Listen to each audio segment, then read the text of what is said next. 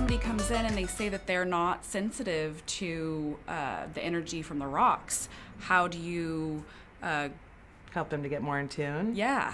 One of the crystals that people can work with if they want to start sensitizing themselves is moldavite. There's a man that wrote a book called The Book of Stones, which is one of my most favorite crystal books because it feels like it's apropos for the time.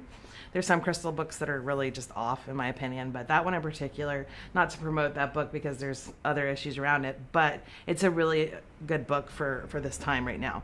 The man that wrote that, he didn't feel crystals. He now is one of the biggest vendors of crystals, and overpriced in my opinion. But anyways, he started working with moldavite, and moldavite is really good for really making you become very sensitive. It really speeds up the spiritual evolutionary process. It helps you to become more psychic. It helps you to really kind of like open up to a lot of things that you weren't open up to before. It is also the most commonly lost stone. So because it brings so much rapid change, people who have a resistance to change tend to lose it. So it's a good one to kind of sleep with, but it is a very high vibration stone. That's a fast way to kind of get yourself acclimated to crystals. But really, I think what most people do is they just start carrying them and they start working with them and they start paying attention. I mean, you would probably say before maybe that you didn't have a sensitivity, but yesterday, like you felt the lepidolite almost like immediately. Yes. I also feel that people have a tendency to be attracted to the things that they already have. So for instance, like I love high vibrational stones, but I do psychic work. So it's like, they're not really doing anything for me. I already have that energy. But for me, I've always had a resistance to solar plexus stones because I used to have a really hard time owning my power. So I would not even look at those, but those are the ones that I would pick up and I would have a visceral reaction to. The same with like fossils. Petrified wood used to make me nauseous.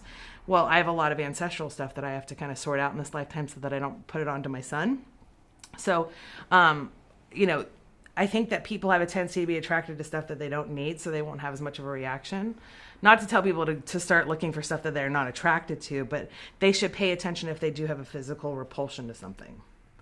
I know that feels weird, but yeah, I think that meditating with them is one of the easiest ways, kind of just start working with them. Sometimes people who don't feel anything at all, it is good for them to work with higher vibration stones. Because if they're going to feel something, they're going to feel it from that. Or to feel really heavy stones, stuff that's going to really ground them. And I used to like to show people, like, here, feel what a garnet feels like, hold it. And then they'll see how they can feel their feet more. And then here, hold a piece of apophyllite and kind of close your eyes. One of the ways that people can tap in better is if they do close their eyes. Just make sure they don't fall over because that sometimes happens. But yeah, I think meditation is one of the best ways, or holding them is one of the best ways, going for stuff that you wouldn't typically work with. And then working with something like moldavite or apophyllite is typically something that will get people kind of charged and more tuned in. Nice.